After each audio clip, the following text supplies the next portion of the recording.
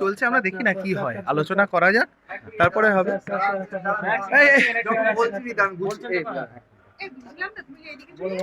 কর্মবিরতি চলছে, চল, আমরা দেখি না, ওদের সঙ্গে আলোচনা করে একটা নিশ্চয়ই পদ্ধতি বেরোবে। আমরা ওদের সঙ্গে সিনিয়রদের সমর্থন ছাড়া পূর্ণ কর্মবিরতি চালানো একটু কষ্টকর। আপনারা সিনিয়ররা কি পাশে আছেন আগের মতো? কেন পাশে থাকবো না? কর্মবিরতি কেন চালিয়ে যাবেন? এখনো তো পর্যন্ত কোথাও কোনো সমস্যা হয়নি। কোথাও কি কোনো সমস্যা হয়েছে? একদমই কোনো সমস্যা হয়নি, আমাদের সমর্থন আছে।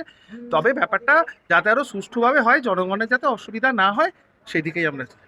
না, আন্দোলন যদি চলেও তাহলে তার না, সম্ভাব্য পথ কি আন্দোলনের হতে অনেক পারে? মুখ আছে, আন্দোলনের অনেক মুখ আছে, সেগুলো সেটাই জিজ্ঞেস সেটাই করছি, কি কি আলোচনা মুখ হতে করার, পারে? কি কি আন্দোলন মুখ হতে কোন পারে? দিকে নিয়ে যাওয়া হবে সেটাই আলোচনা করার, যাতে জনগণ কেউ অসুবিধায় না পড়ে, সেটা আমাদের দেখতে মানে এখন হবে। তো কর্মবিরতি চলছে, সেটাও না একটা না, কর্মবিরতি কোনো প্রভাব কোথাও পড়েনি।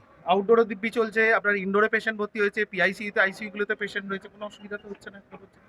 মানে আপনাদের দিক থেকে, সিনিয়রদের দিক থেকে কোনো অসুবিধা না, না, নেই, আমাদের কর্মবিরতি চলছে। চলছে চলছে। আজকে কি মিটিং এ এরকম কি কোনো সম্ভাবনা রয়েছে?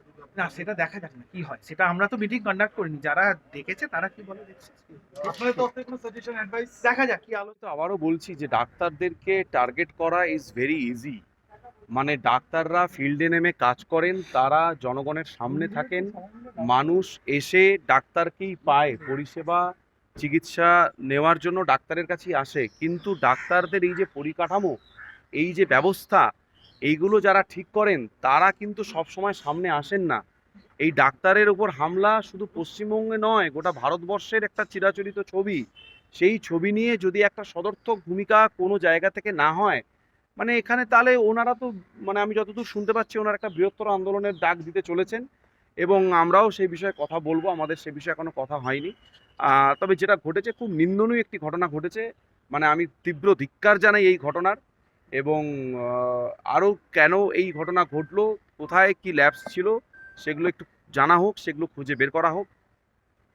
বৃহত্তর সুপ্রিম আন্দোলনে ডাক কোর্ট দিলে টাস্ক আপনাদের ফোর্সের উনি যদি সুপ্রিম ঠিক কোর্ট করে টাস্ক ফেলেন, ফোর্স সেটা আমরা নিশ্চয়ই আলোচনা করে জানাবো, একদম। আজকে সুপ্রিম কোর্ট টাস্ক ফোর্স গঠন করলো এই বিষয়টা নিয়ে। টাস্ক ফোর্স গঠনের পরে তো এই ঘটনাগুলো আটকানো যাচ্ছে না। একদমই তাই।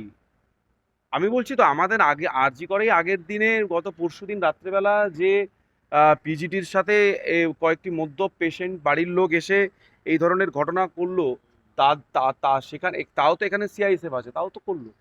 তাহলে আজকে যে বৈঠকটা রয়েছে তাতে পুজোতে আপনারা কি কর্মবিরতি হতে পারে, কর্মবিরতি তুলে নেওয়ার কোনো না, সম্ভাবনা সেগুলো আছে? এখনো আলোচনা সাপেক্ষ, আলোচনা চলছে, সে আলোচনা করে আমরা জানাবো। বৈঠক কি আর শুরু হয়ে- কনভেনশনের অভিমুখ আমাদের সিনিয়রদের সাথে একটু বসছি, আমাদের ফ্যাকাল্টি যারা আছেন তাদের সাথে কথা বলবো, ওনারা কি চাইছেন। কারণ অবভিয়াসলি ওনারা যেহেতু প্রথম দিন থেকে আন্দোলনের সাথে আছেন, এখনও রয়েছেন, আমাদেরকে বিভিন্ন ইনপুটে আপনারা দেখতে পাচ্ছেন, সমস্ত সিনিয়ররা আসছে, তো সেই জায়গায় দাঁড়িয়ে ওনাদের কথাগুলো শুনবো। একাংশের বক্তব্য আপনারা আন্দোলন চালিয়ে যান কিন্তু পূর্ণ কর্মবিরতির প্রত্যাহার করুন। একদমই তাই, আমরা আলোচনা করছি, সেই বিষয়ে আলোচনা চলছে, আলোচনা করে আমরা ডেফিনেটলি জানাবো। রোগী পরিষেবা স্বাভাবিক, রোগী পরিষেবা স্বাভাবিক কার্যকর।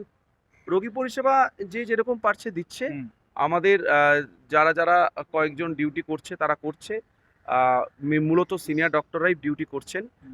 আর কর্মবিরতির যে জায়গাটা ছিল সেটা এখনো আছে, তবে কিছু কিছু ইমার্জেন্সি জায়গায় মানুষজনকে যেতে হচ্ছে, আর কর্মবিরতিটা চলছে। আচ্ছা, আপনার আন্দোলন চালিয়ে যাচ্ছেন, আপনাদের নিরাপত্তার জন্য সুপ্রিম কোর্ট ন্যাশনাল জাতীয় স্তরের টাস্ক ফোর্স গঠন করেছিল।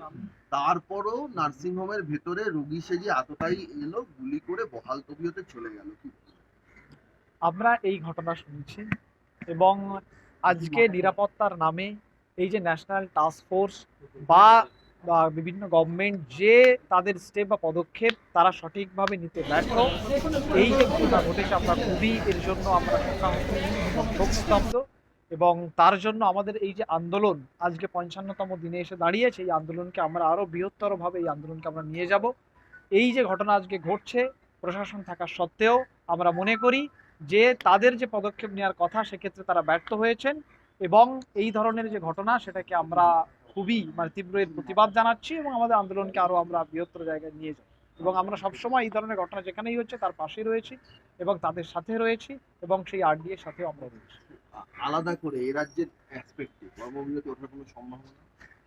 কর্ম যে সাধারণ গতকালকের মিছিলে আপনারা দেখেছেন যে ভীষণ আবেগ নিয়ে স্বতঃস্ফূর্তভাবে আমাদের সাথে যে মহামিছিলে সাধারণ মানুষ এসছেন, তাদের কথা আমরা অবশ্যই ভাবছি, এবং এই যে কর্মবিরতি প্রশ্নে সেটাকে নিয়েও আমরা চিন্তা ভাবনা করছি। কারণ সাধারণ মানুষই আমাদের জয়, প্রথম দিন থেকে ডে 0 থেকে যত জায়গায় মিছিল এবং যেভাবে তারা স্বতঃস্ফূর্তভাবে রাত দখল থেকে শুরু করে সমস্ত কিছুতে আমাদের সাথে ছিল, পাশে ছিল, সেই জন্য তারাই আমাদের একটা বড় জয় এই আন্দোলনের, এবং তাদের চিন্তা ভাবনা অবশ্যই সেটা আমাদের মধ্যে আছে। পুজোতে কি হবে আপনাদের এমডি duty আরিফ সেটা- আহমেদ লস্কর, পিজিটি। পুজোতে আপনারা বলেছিলেন আপনারা কি করবেন সেটা জানাবেন, যেহেতু সিনিয়র ডাক্তারদের তো অনেক ছুটি থাকে, আপনারা কিছু সেই বিষয়ের সিদ্ধান্ত আগেও আমরা বলেছি যে এই যে পুজো, এটা নিয়ে আমাদের আলাদাভাবে যে ভাবনা চিন্তা করার পরে সেটা আমরা অবশ্যই আপনাদেরকে জানাবো। নেবেন? আজকে ঠিক কি আছে। আলোচনা হবে? আজকে আলোচনাতে আমরা আছি, কালকেও আলোচনা আমাদের হয়েছে, এই আলোচনা আমাদের চলছে, যখনই আমরা একটা এতে আসবো সেটা আপনাদের সামনে জানাবো।